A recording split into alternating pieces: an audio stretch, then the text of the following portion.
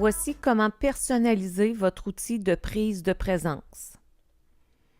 Lorsqu'on touche le plus, on s'aperçoit qu'à côté du mot « présence », il y a une roue dentée.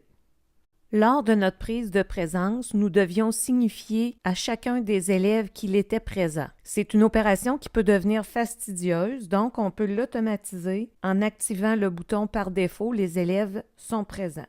On s'aperçoit que nous avons deux rangées d'icônes.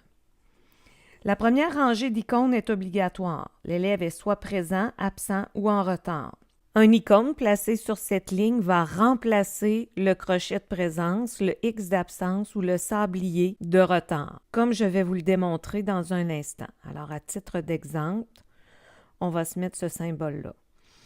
Dans la deuxième rangée d'icônes, vous pouvez ajouter des choses pour personnaliser votre gestion de classe, c'est-à-dire si l'élève, par exemple, a été chef d'équipe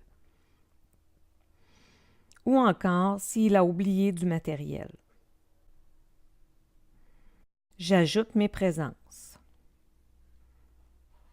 Alors, je vous l'avais indiqué, si je touche le triangle, cela va remplacer le crochet ou encore le X ou le sablier. Tandis que ma deuxième rangée va ajouter un deuxième icône. Notez que je ne peux en ajouter deux à partir de cette fonction-ci.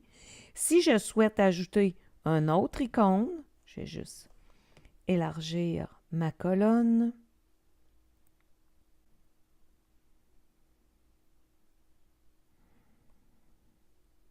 Pour ajouter un autre icône, je vais toucher longuement le carré. Il était présent, il a oublié du matériel et il devait aussi m'apporter une signature. J'ai la possibilité d'ajouter 5 icônes dans chacun des carrés. Ces fonctionnalités sont effectivement très intéressantes, mais il peut devenir fastidieux de les compter. C'est pourquoi il existe une fonction pour ce faire. Alors, on voit au fur et à mesure que s'ajoutent des présences que ça devient un petit peu plus complexe visuellement à chaque fois. Nous allons nous ajouter un calcul. Pour compter les icônes, je vais sélectionner aujourd'hui l'icône des chefs d'équipe. Alors, je veux savoir combien de fois mes personnes ont été chefs d'équipe. Je dois m'assurer d'avoir le bon icône. Ma colonne va s'appeler « Chef » et je vais sélectionner de compter de 0 à 20. Alors, tout de suite, on voit que ici, la personne, pendant tout son séjour avec moi, a été une fois chef d'équipe, 2 fois, 2 fois, 2 fois. Maintenant, à travers mes présences, ça peut être un petit peu dérangeant d'avoir cette colonne à cet endroit-là, de sorte que je vais la tasser au tout début. Je pourrais aussi la figer.